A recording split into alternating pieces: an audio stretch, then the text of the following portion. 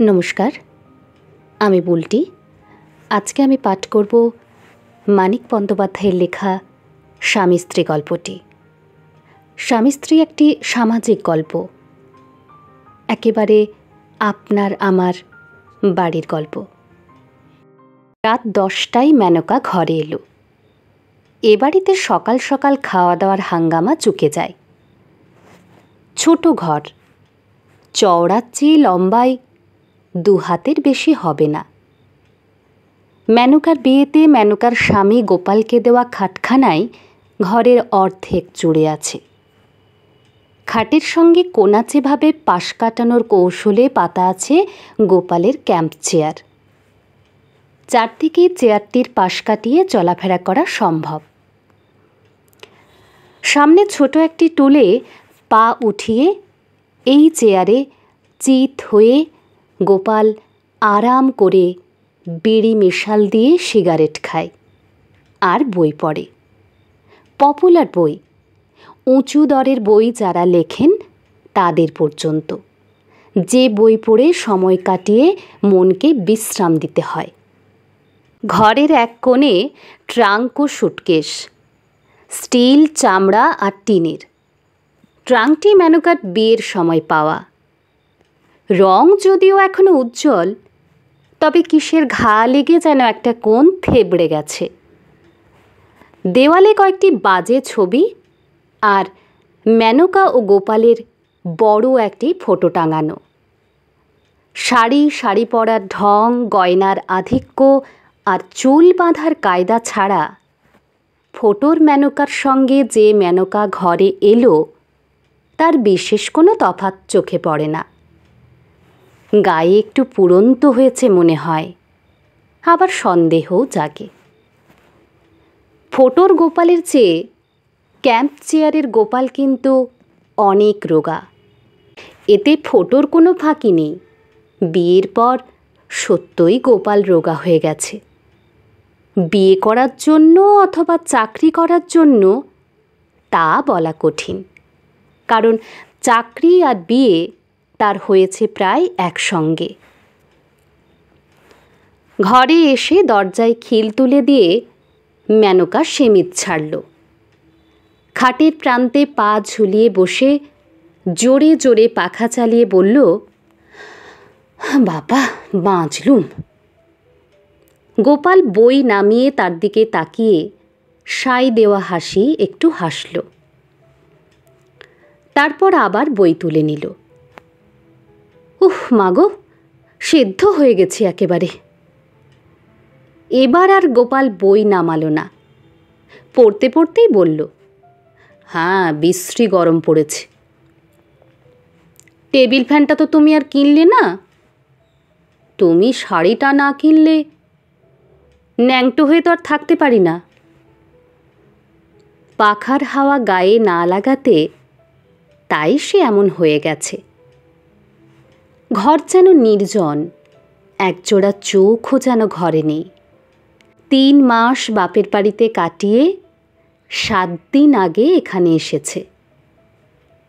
প্রথম দিন এভাবে হাওয়া খেতে পারেনি। ছি, লজ্জা করে না মানুষের? এক দেহ, এক মন, এক প্রাণ যারা 3 মাসের ছাড়াছাড়ি তাদের এমনি করে দেয়।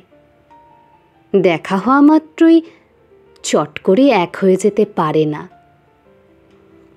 3 মাস তারা পরস্পরকে কল্পনা করেছে, কামনা করেছে, ব্যথা আর ব্যর্থতার নিঃশ্বাস ফেলেছে। মুক্তির আস্বাদ আর স্বাধীনতার গৌরবে আনন্দ অনুভব করেছে শাস্তির মতো। রাত জেগেছে, আবেগের চাপে সময় সময় দম যেন আটকে এসেছে কয়েক মুহূর্তের জন্য। কত অভিনব পরিবর্তন ঘটেছে দুজনেরই মনে, দুজনের জন্য। দেখা হবার পর আবার এক দেহ, এক মন, এক প্রাণ হতে খিল দেওয়া ঘরে একটা রাতের, অন্তত আধখান বা সিকিখান রাতের সময় লাগবে বই কি। যন্ত্রের পার্টস খুলে আবার ফিট করতে পর্যন্ত সময় লাগে, বিধাতা মিস্ত্রি হলেও লাগে। শরীরের ঘাম শুকিয়ে গেলে মেনকা পূবের দুটি পর্দা লাগানো জানালার একটিতে গিয়ে দাঁড়ালো। পাশের একতলা বাড়ির ছাতে গরম জোছনার ছড়াছড়ি। তার পরের তেতলা বাড়ির 7টা জানালা দিয়ে ঘরের আলো বাইরে আসছে। আজকাল কখন সবগুলো জানালার আলো নেভে কে জানে। বিয়ের পর কিছুদিন এই খবরটা সে জানত। 4টে জানালা অন্ধকার হতো প্রায় 11টায়, 2টি হতো 12টার কাছাকাছি, আর তেতলার কোণের জানালাটি নিভত রাত 1:30-2টোর সময়। ওই ঘরটিতে কে বা কারা থাকে তাই নিয়ে সে কত কল্পনাই করেছে। অন্য সম্ভবপর কল্পনাগুলো তার মনে আমল পেত না। পরীক্ষার পড়া করতে ও ঘরে কাউকে রাত জাগতে দিতে সে রাজি ছিল না।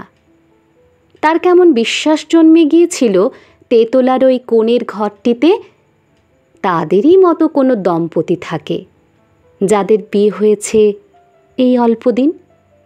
তাদেরই মতো ভালোবাসতে বাসতে কখন যে রাত 2টো বেজে যায় তা ওদের খেয়ালও থাকে না। তারা অবশ্য আলো নিভিয়ে দেয় অনেক আগেই। বাড়ির ভেতরের দিকে তাদের জানালাটি শুধু ঘন সারশির।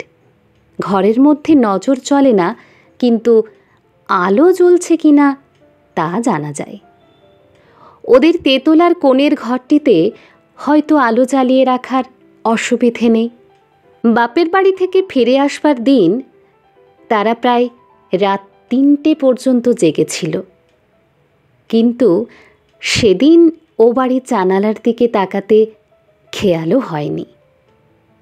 মেনকা আপন মনে আফসোসের অস্ফুট আওয়াজ করল। সে রাত্রে বড় বাড়াবাড়ি হয়ে গিয়েছিল। এক রাত্রে সব একঘেয়ে হয়ে গেল। বাপের বাড়ি যাওয়ার আগে এক টানা 6 মাস একসঙ্গে কাটিয়ে যেমন হয়েছিল। ঘুম আসছিল, আফসোসটাই যেন ঘুম কাটানোর বেশি কি করে দিয়ে গেল মেনকার। স্তিমিত চোখের একটু চমক, আর পিঠের ঠিক মাঝখানে মৃদু শিরশির। গোপাল মনোযোগ দিয়ে বই পড়ছে। পড়ায় বাধা দিলে সে বড় বিরক্ত হয়। কিছু বলে না, কিন্তু বিরক্ত হয়। বিছানায় ফিরে গিয়ে মেনকা ইতস্তত করে। যতক্ষণ না তার মনে পড়ে যায় যে বেশি রাত জেগে বই পড়লে গোপালের মাথা গরম হয়ে যায়, ঘুম ভাঙিয়ে তাকে বড় জ্বালাতন করে গোপাল। মনে হয় শান্ত সুবোধ মানুষটা যেন বদলে গেছে, মদ খেয়েছে। এমন বিশ্রী লাগে মেনকার, এমন রাগ হয়। সে কি পালিয়ে যাবে? পরদিন কি সে ঘরে আসবে না? দিনের পর দিন ঘুম ভাঙিয়ে একটা মানুষকে কষ্ট দেওয়া কেন, যার শরীরও ভালো নয়? অথচ সে যদি কোনোদিন দরকারি কথা বলতে মাঝরাতে গোপালের ঘুম ভাঙায়, যেদিন কোনো অজানা কারণে তার নিজের ঘুম আসে না, অথবা হঠাৎ ঘুম ভেঙে মনটা অদ্ভুত রকম খারাপ লাগে, আর সমস্ত শরীরটা অস্থির অস্থির করায় ছটপট করতে ইচ্ছে হয়, গোপাল শুধু বলে, আহা, কাল শুনবো, সকালে শুনবো, না ঘুমো এখন। তবু যদি সে নিজেকে তার বুকে খুঁজে দেবার চেষ্টা করতে করতে করুণ সুরে বলে, ওগো শুনছো, বুকটা কেমন জ্বালা জ্বালা করছে, গিয়ে একটু সোডা খেয়ে নাও, বলে সে পাশ ফিরে বালিশটা আঁকড়ে ঘুমোতে থাকে। তখন মেনকার বুকটা সত্যিই জ্বালা করে। মাসে 6 মাসে একটা রাতে হয়তো এরকম ঘুম আসে না, অথবা এভাবে ঘুম ভেঙে যায়। হলোই পাতা অম্বলের জন্য। কথা কইবার একটা সে লোক পাবে না, পাওনা আদরের একটুও তার জুটবে না এই ভয়ানক দরকারের সময়। ইতস্তত করার কয়েক মিনিটেই আবার ঘুমটা ফিরে এসেছিল। হাই তুলে মেনকা বলল, কি গো, শোবে না? এত যে পড়ছো, চোখ তো আবার কটকট করবে কাল। গোপাল বলল, হ্যাঁ হ্যাঁ শুচ্ছি, এই চ্যাপ্টারটা শেষ করেই শোবো, আর 5 মিনিট। মেনকা শুয়ে চোখ বুজল। ঘুমে তার শরীর অবশ হয়ে আসবার আরাম অনুভবের ক্ষমতাটুকু প্রায় ফুরিয়ে এসেছে।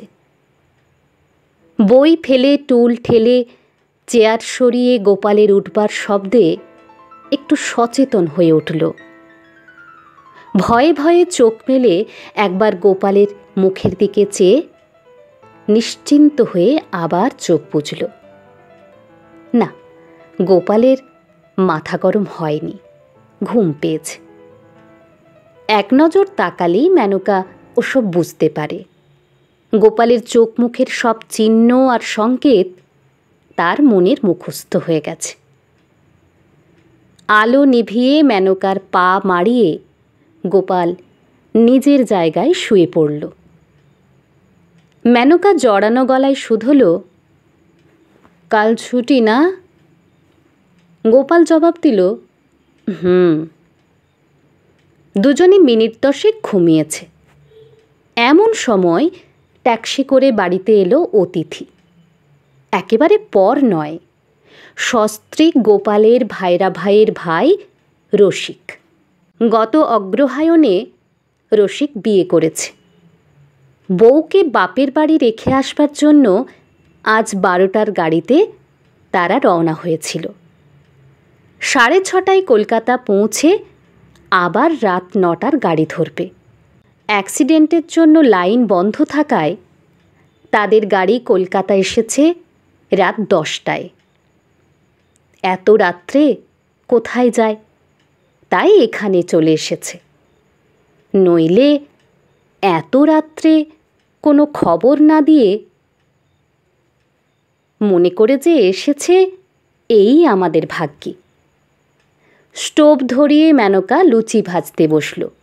গোপালের ভাই সাইকেল নিয়ে বার হলো খাবারের দোকানের উদ্দেশ্যে। অন্তত 4 রকমের ছানার খাবার আর রাবড়ি আনবে। মোড়ের পাঞ্জাবি হোটেল থেকে আনবে মাংস। ঘরে ডিম আছে, মেনকা মামলেট বানাবে। বাড়িতে কুটুম এসেছে, নতুন বউকে সঙ্গে নিয়ে এসেছে। খাওয়া দাওয়ার ব্যবস্থায় একটু সমারোহ করা গেল না, ছি ছি। তবে কাল বিকেলে ওদের গাড়ি, তাই দুপুরে ভালো রকম আয়োজন করা যাবে। মাসের শেষে টাকা ফুরিয়ে এসেছে বটে, কিন্তু কুটুম বাড়িতে এলে টাকার কথা ভাবলে চলবে কেন? পিসিমাকে মেনকা ফিসফিস করে জিজ্ঞেস করল, পিসিমা, একখানা ভালো কাপড় তো বউকে দিতে হবে। পিসিমা বললেন, হ্যাঁ, দেয়া তো উচিত। বাড়িতে হঠাৎ অতিথি আসার উত্তেজনা ছাপিয়ে গোপালের জন্য এবার মেনকার মমতা জাগে। আবার এ মাসে বেচারিকে টাকা ধার করতে হবে।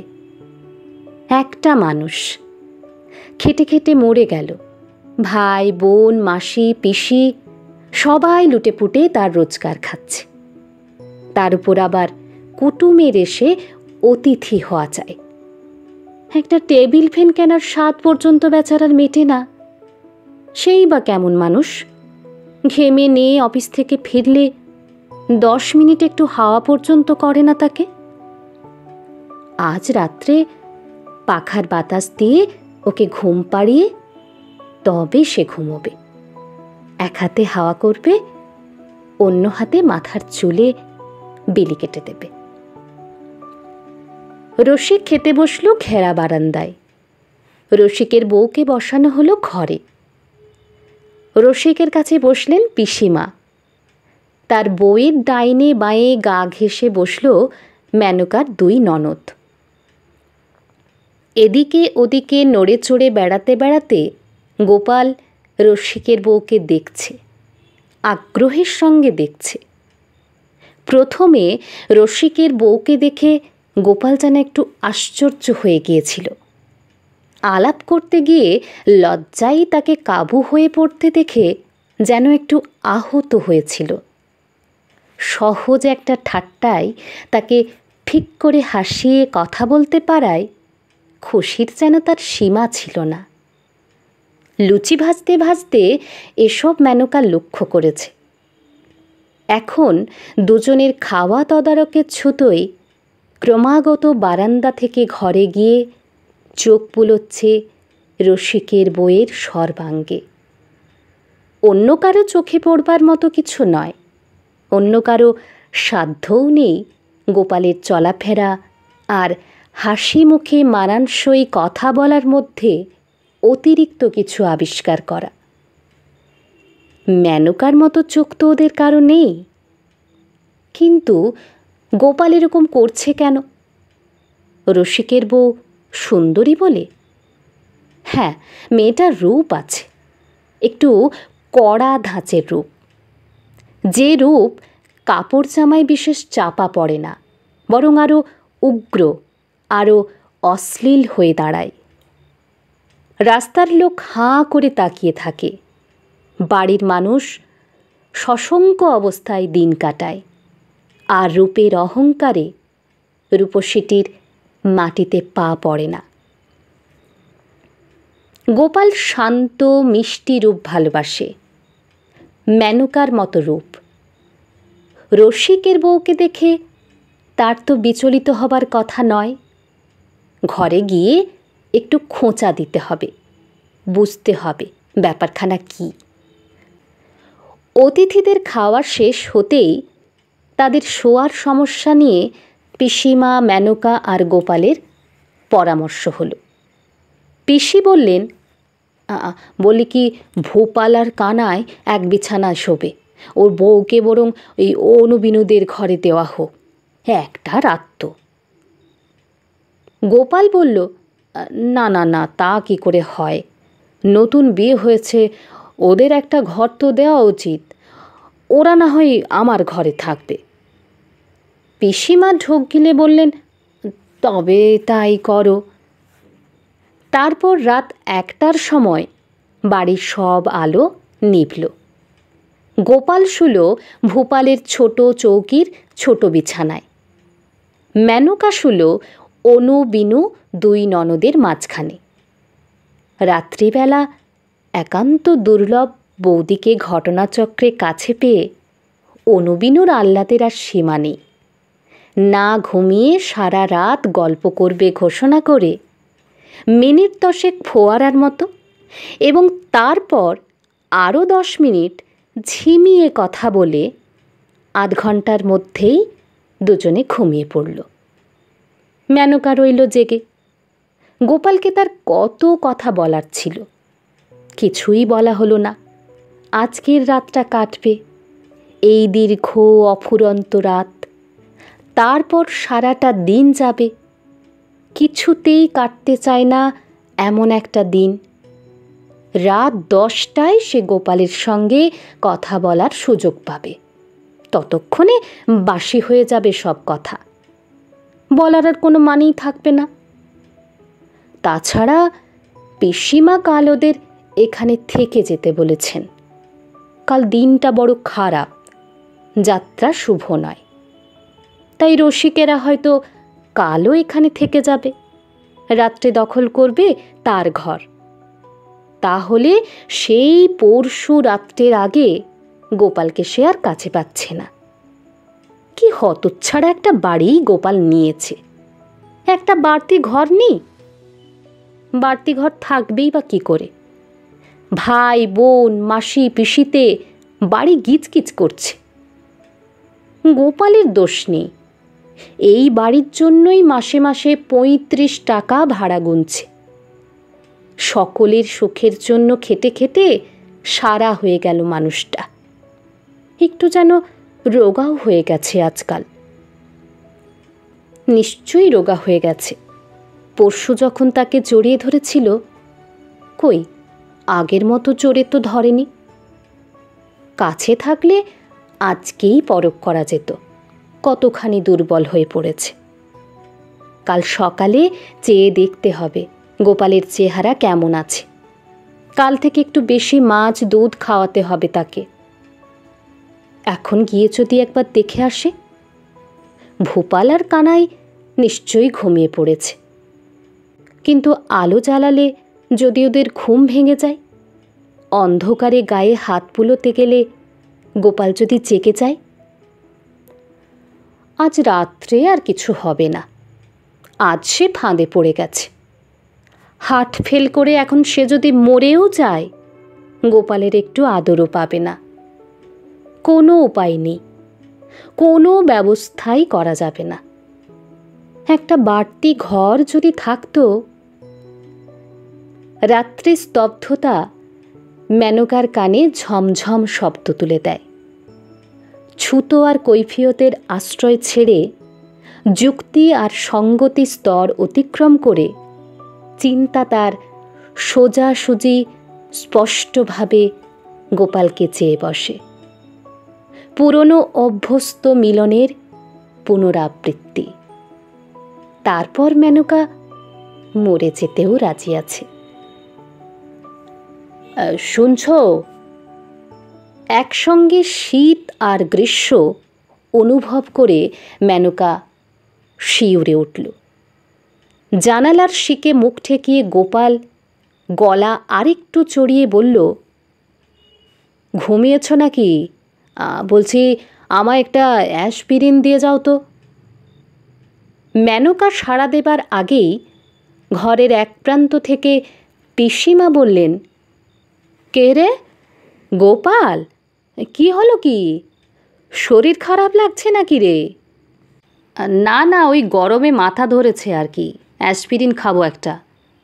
না না না, তুমি উঠো না, তুমি উঠো না, তোমার উঠে কাজ নেই।